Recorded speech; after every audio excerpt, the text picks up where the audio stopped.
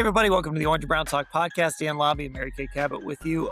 We are continuing our series here, getting you ready for Browns training camp. Of course, Mary Kay, Ashley, and I are all writing posts going up at cleveland.com/Browns throughout the month with different topics, different questions pertaining to this football team as they get ready for training camp. And we're doing some pods to go with those as well. Today, Mary Kay, we're going to talk about the year two guys. We've talked so much about the draft picks from this year and sort of expectations for them and what they can do. But, you know, part of this rebuild working is this 2025 draft class continuing their ascension. Easily Andrew Berry's best draft class by far. And, you know, interestingly, the three biggest questions are, of course, the two quarterbacks, but then also, I don't know if I'd call him a question, but Mason Graham, at least statistically, was the least productive, and he was the first round pick there. So let's talk about some of these second year guys and especially the position players. And let's start there with Mason Graham. I think he's a really fascinating player. He only had half a sack last year, but I keep saying it over and over again on this podcast. I think he was really good last year. I thought he got into the backfield. I thought he created pressure. He also played a chunk of the second half of the season with a broken rib, which he finally admitted to us during the offseason program. So I think that affected him. I think the Malik Collins injury affected him. I think it brought a lot of attention to him, whereas Malik Collins, who was having a great year, I think was drawing a lot of attention away from him, along with Myles Garrett. This is, if I had to circle a guy to make a leap, I think Mason Graham would be a guy that could make that leap from, hey, you got a half a sack last year, to maybe having a little bit of a Malik Collins type year where he gets to 5, 6, maybe even 7 sacks. It's going to be harder without Myles, obviously, but I think just starting with Mason, he could kind of have that breakout year this year. He could. And when we talked to defensive line coach Jacques Césaire at minicamp, he was very, very high on Mason Graham and what he was able to accomplish last year. In fact, he said he could have been credited with about 6 sacks had he just maybe raised his hand and asked for the credit that he deserved. And of course, he didn't do that. He was a little bit reticent at times to do that. I think he was a little bit hesitant at times to maybe inadvertently steal a half a sack away from Myles Garrett. So I think he's one of the players that was a little bit dwarfed by the larger than life presence of Myles Garrett.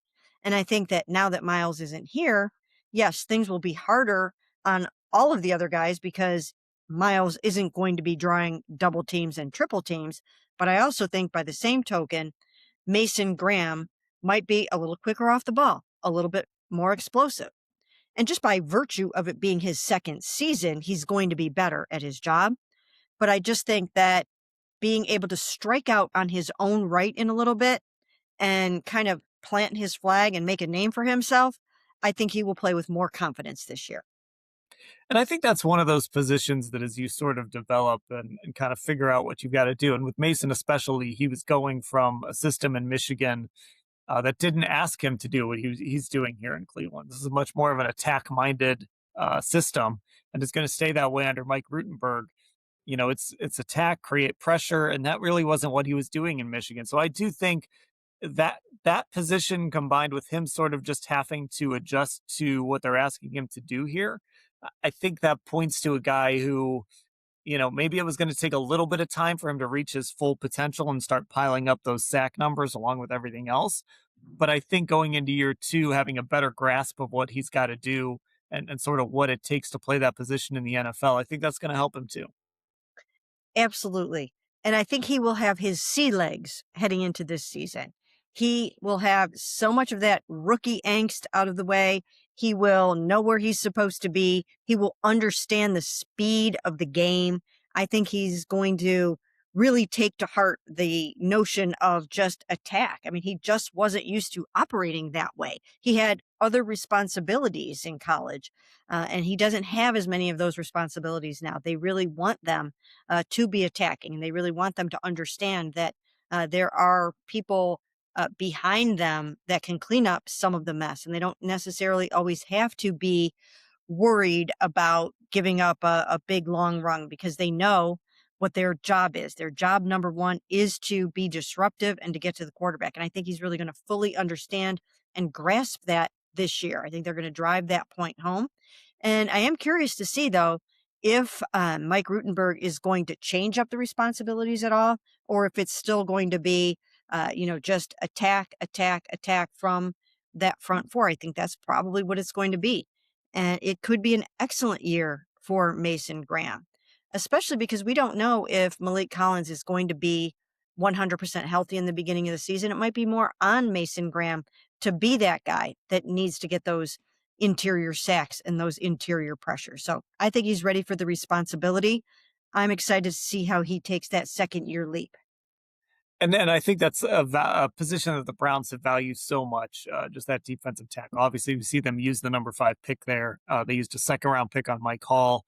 We'll see what he can kind of do in year 3 if he's fully healthy and ready to go. And they've paid guys at that position too in the past. So clearly that's a position they value and they want to get production out of. So let's just kind of keep going down the line here and let's move on to Carson Schwesinger. He was the number 33 overall pick in the draft. And one of the things I always think about with Carson is what could he actually get better at in year 2? Because he was the defensive rookie of the year. And, look, just like Mason, when you just watched him, at least for me, I was really impressed. I mean, everybody was impressed with Carson Schwesinger. But then there was also just the numbers to back it up. Tackles for loss, just the way he played, he wore the green dot. For a guy that got thrown into the fire and quite frankly felt like somewhat of an unknown when the Browns drafted him at number 33, Mary Kay, I don't know how much more you could ask of Carson Schwesinger, but I want to see what it looks like, an even better version of Schwesinger. Right, because the truth of the matter is players generally do play better in their second year than in their rookie year. The lights come on, things change for them, the game slows down a tiny bit, and they do find ways to add to their repertoire and maybe build on their game and bring in something that they didn't do before. So I'm sure that Mike Rutenberg will have plans for him and ideas for him. He's very well versed in coaching the position. And I think he sees that the sky is the limit for Carson Schwesinger. So maybe you will see a little bit more of everything, a little bit more blitzing, a little bit more of an opportunity to uh, maybe get his hands up on some passes or force some fumbles, get some interceptions, just take everything up a notch. Drop him more into coverage, whatever, just everything that he does well, let him do more of those kinds of things. And I think that really the arrow is still pointing up for him. And he's just such a confident player. He's so smart, so confident. He didn't really have that rookie learning curve that you would have expected him to have. He just hit the ground running and he never looked back. And I just think there's going to be plenty more of that where that came from this year. And I am also excited to see him paired with Quincy Williams. I think those guys together are going to be dynamite. I think they're going to push each other, bring out the best in each other. We've seen Quincy. He's so vocal. He knows the Mike Rutenberg system. He knows what a Mike Rutenberg linebacker does on every down.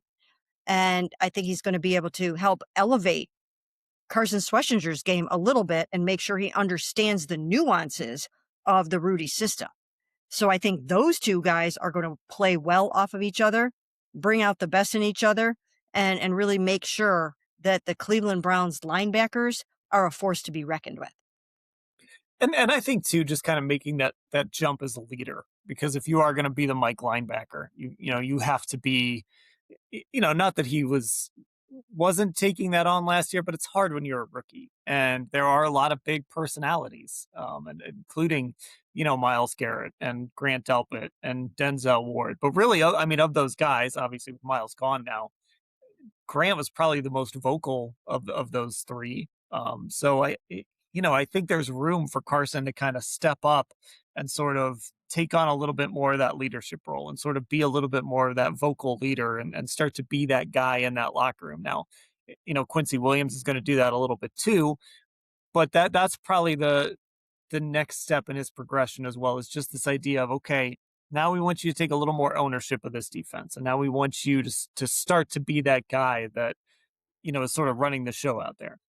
Right. I think he is the future of the Cleveland Browns defense, just in terms of talent level, leadership, and all of those things.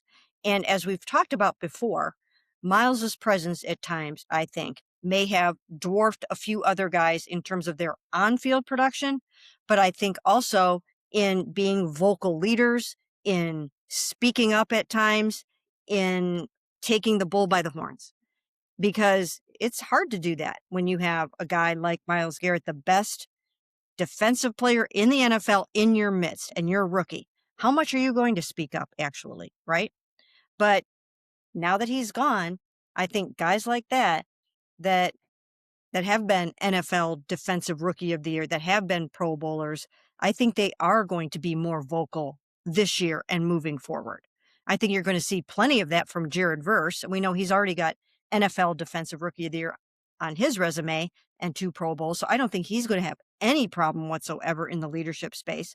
But a guy like Carson Schwesinger, I think he will find his voice. I think he will find his voice this year, and we will hear more from him. He used to be very quiet and shy and nervous even when he stepped up to the podium to talk to us. And we watched him grow and develop as the year went on, to the point where he seems very comfortable now when he's up there talking to us. He has much more confidence, and he knows exactly what he wants to say and where that's all going to go. So I think he's going to be one of the guys that we will be hearing more from in that way this year. And I think that's going to be really good for the Browns. And it's something that we've seen in that, from that position, just over the, going all the way back to, somebody randomly mentioned Demario Davis to me recently, like going all the way back to him, that year he spent here. And then you had Anthony Walker, and then you had Jordan Hicks. And then, that's a position where that guy, that position, that spot really becomes a voice of the locker room, and really becomes like the guy who sets the tone, and becomes one of those leaders. So that's it's the quarterback of your defense. So, that's the next big step for Carson, I think, as he gets into year 2. Next pickup, Quinshon Judkins looked healthy in the spring. I will admit here that when the Browns made this pick, I wondered a little bit, did they take the wrong Ohio State back? Of course, Travion Henderson went a few picks later to New England. Now, he had a really good rookie year. I think he's a little more boom or bust than Quinshon Judkins is. Like, he's a home run hitter for sure, but I don't know if he's as consistent carrying the ball every down. Quinshon reminds me a little bit of Kareem Hunt with the way he runs, and just how aggressively he runs. But we did see he's got a little bit of that Nick Chubb breakaway speed too when he gets out in the open field. So with Quinshon, I guess, same question. What's next for him after what was a really strong rookie year that obviously ended with injury? Well, first and foremost, they're going to need to make sure that they pace him a little bit. I don't know that you want him carrying the ball 25 times a game from the rip. I think you might need to let him continue to heal and get stronger and better and more confident. That was a dislocated ankle, a fractured fibula. So I don't know. I mean, I could be wrong about that. Maybe they will do that. Maybe they'll just let him go out there and be that workhorse back. But I think they can divide things up a little bit and use Dylan Sampson a little bit more in the running game. So that would be the first thing in my mind, is just to make sure that you're not overworking him and that you can get him through the season healthy, because that's vitally important. And then the other thing for him, in my mind, is to develop his ability to catch the ball out of the backfield and be involved in the passing game. I think that's his next step in his development. And he's not necessarily known as a pass catching back that much, but I think that he can do the job. I think he can definitely do that job. And I think that even though Dylan Sampson excels in sort of that third down back role, I still think that that Quinshon Judkins can add that even more to his repertoire and be a dangerous weapon in that regard. Yeah, he had 26 catches last year, so you'd like to see that number go up a little bit. And there was some success in the screen game. I can't remember exactly which game it was, but he had a big play off a screen pass. So there's going to be more opportunities there. And to your point, you want to have in this league where we always talk about it, you want to make runs look like passes, passes look like runs. You want to keep people off balance. Having a guy like Quinshon who can at least continue to develop that and at least be a little bit more of a threat in the passing game is going to be important. But to your point, this was always the discussion with Nick Chubb. Well, why don't they run the ball more? Why don't they give him the football more? Why isn't he carrying it 25 times a game? And there's 17 games is a lot. And that's a lot of wear and tear. And ideally, you want your running back to be healthy and still going strong when you get to November and December and then hopefully into January. Like that's how you want to pace this out. So yeah, I just think with Quinshon, it's going to be the temptation to maybe let him carry the ball 25 times a game might be there, but maybe it's not the best outcome early in the season to have him carry the ball that much. I do think too, and this is encouraging. I think there were times when maybe there were some yards left out there where he could have got, made a different cut or made a different read. And that's just part of being a young back. I think to that Kareem Hunt style, it's sort of see it and go. And sometimes you miss something. So I think with Quinshon, maybe that's the only thing there, but I don't know. This is one Mary Kay where it's like what we saw last year was really promising. And if he just continues to grow and develop like most running backs do, the Browns have a good one. Right. And the other thing about this is the fact that by all accounts, the offensive line should be better this year, right? The run blocking should be better. The pass blocking should be better if it all comes together the way that they hope it will. And if that's actually the case, then Quinshon should be able to churn out more yards than he did, more yards per carry than he had. And his vision should be a little bit better this year because now he truly does understand the pace of the pro game. He will have that rookie season under his belt. So he should be able to step it up in all of those ways if he gets the great run blocking that he's going to need to maximize his skill set. The other thing is they used him some in the Wildcat, and I think that they will do that again unless they feel like they can use Taylon Green in that role. So that's going to play out in training camp. They're going to find out if Taylon Green can handle being on the field for some of that spot duty, or if he's not quite ready yet, and they want to stash him away if they can on the practice squad. So that's something that they're going to have to really evaluate during the joint practices, or actually, as of right now, I think there's only one joint practice with the Bills, from what I can tell, unless the schedule that was handed out was wrong. It might only be August 20th for now. But anyways, the joint practice, the preseason games, and the practices, we're going to have to see how that plays out with Taylon Green and the Wildcat, Taylon Green being able to handle some of those responsibilities of the Wildcat. Okay, this is another fun one. I mean, all of these guys are kind of fun to talk about. That just speaks to the strength of this draft class. But Harold Fannin Jr., the tight end who had a great rookie year, was obviously the Browns' best pass catcher throughout the year last year. He will enter this year now definitively as tight end one. It didn't take him long to kind of grab that mantle from David Njoku last year while David kind of dealt with injuries and different things like that. Made it pretty clear that Fannin was the top guy, and now this year he enters as tight end one. I think the thing that impressed me most about Harold was they threw a lot at him, and he never flinched and he never really backed down. And from day one, we sort of saw all these different ways you can use Harold Fannin, and he seemed to be able to handle all of them. So, what's next now for Fannin?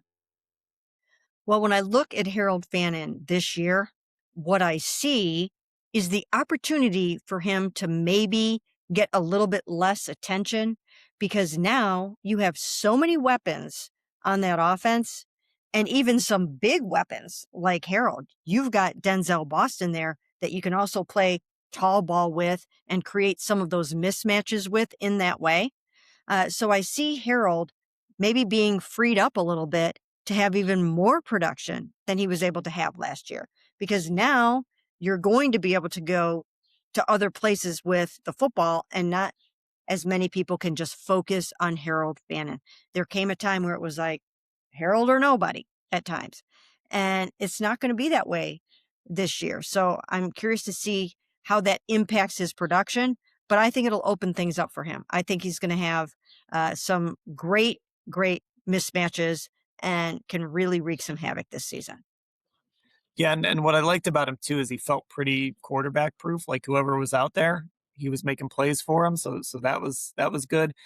I mean, if there's one thing to nitpick, it's that maybe the hands had a few issues. He only had 5 drops, but I just remember there were some times last year where we would talk to him after games about a drop that might have been costly in a certain situation. But even that is like I said, I just pulled it up. He only had 5 last year. So even if he just improves a little bit there, you're talking about a guy that's about as reliable as it gets. So I think the thing for Fannin is just, consistency, getting those hands to the point where he's one of the most reliable pass catchers in the league, and just sort of continuing to stack on top of what he did last year when he had one of this team's. I mean, for a rookie tight end to have that type of season, that's a hard position to come into the league and play.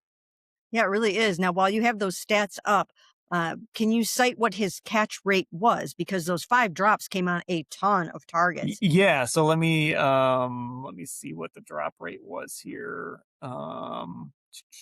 So his drop percentage was 6.5%. Hmm. So So, I mean, not terrible. no, that's not bad. And how many targets did he have? Let's see if I can find it here on Had to PFF. be His target 90, PFF has him for 103 targets. 103 targets. So the catch Yeah. rate was what? So you're looking at 5 drops on 103 Yeah. targets, So basically. that's pretty good. That was pretty good. Now, the thing about Harold Fannin this offseason, and we don't know what it's going to be like yet in training camp, but he hasn't been able to practice much. And hopefully that won't hurt him. Hopefully that won't set him back. The only thing that we do know is that he finished the season with a groin injury. And so I'm guessing that that lingered on, or that this is somehow related to the groin injury that he suffered in the Steelers game and force him to sit out the season finale against the Bengals. So health is going to be the key with Harold Fannin this year, because when healthy, he's a dangerous, dangerous weapon. He's big. Once again, he creates those terrific mismatches. He wins those contested balls. He doesn't drop it very much. And I think you can do even a lot more with him than they have so far. And like I said, he's going to have help this year. But the key is going to be, how much is he going to be able to practice? And would he be able to go to like tight end university this year, which I think would be really good for him, which is put on by George Kittle and I think Travis Kelce and some of those guys. And I think that would be so beneficial for him. But I don't know if he'll be up for participating in that this year. So let's do one more here.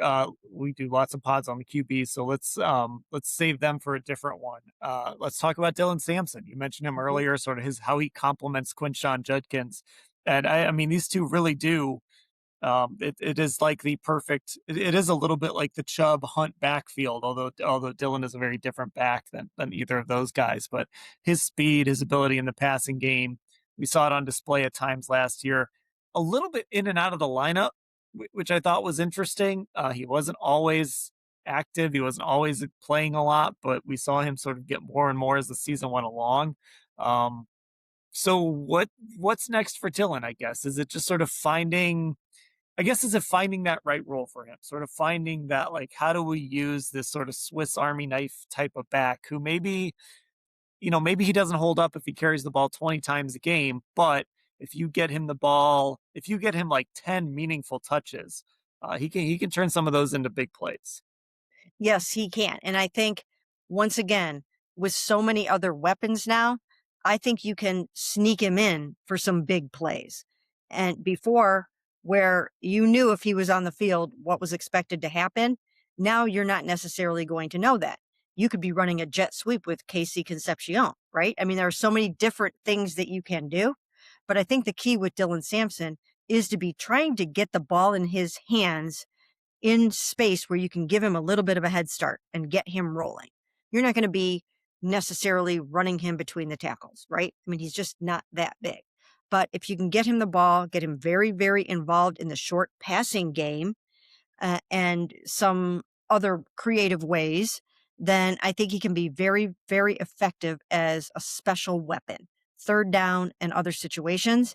And I think he's got a lot more to offer than he was able to show last year. And hopefully Todd Monken will find plenty of ways to use him, because I think he's got a lot to give. Yeah, I'm looking at his snap counts now from last year, and obviously he had that first game against Cincinnati when Quinshon hadn't signed yet, and they kind of used him in this weird, like he wasn't running the ball great, but then they used him in this sort of, they just replaced the running game with swing passes and things like that to him. So he played 33 snaps in that game, but then there were only three other games where he even went over 20 snaps. I guess four other games where he went over 20 snaps. There was a game where he played six, a game where he played nine, some single snap games. So it felt like there was a little inconsistency in his usage last year. So I think Todd Monken is going to look at him and say, I can find a use for him and I can find a way to get him the football. And it's always about making that defense have to think for a split second and figure out, wait a second, why is this guy out here? What can he do? How do we need to react to that? I just think there's a lot more there for Dylan Sampson that Todd Monken can unlock. Yeah, I think so too. And I think once again, he will benefit tremendously from an overhauled offensive line if that line is everything everybody hopes it will be. If it is that much better than last year's line, then Dylan is going to be one of those players that is really going to be able to elevate his game. It's hard to be sort of a shiftier, smaller back, and you don't have the run blocking that you need. So I think that if it goes as planned, he should really be able to make some hay this year. Okay. Like I said, all July, we're doing a bunch of posts getting you ready for training camps. You can check those out at cleveland.com/Browns. You can become a football insider too. That's the blue banner at the top of the page. Lots of pods to go with them. Apple Podcasts, Spotify. You can watch us on YouTube, Cleveland Browns on cleveland.com, and find us on all your socials. Just look for Orange and Brown Talk and give us a like or a follow. Mary Kay, I'll talk to you later. Sounds great.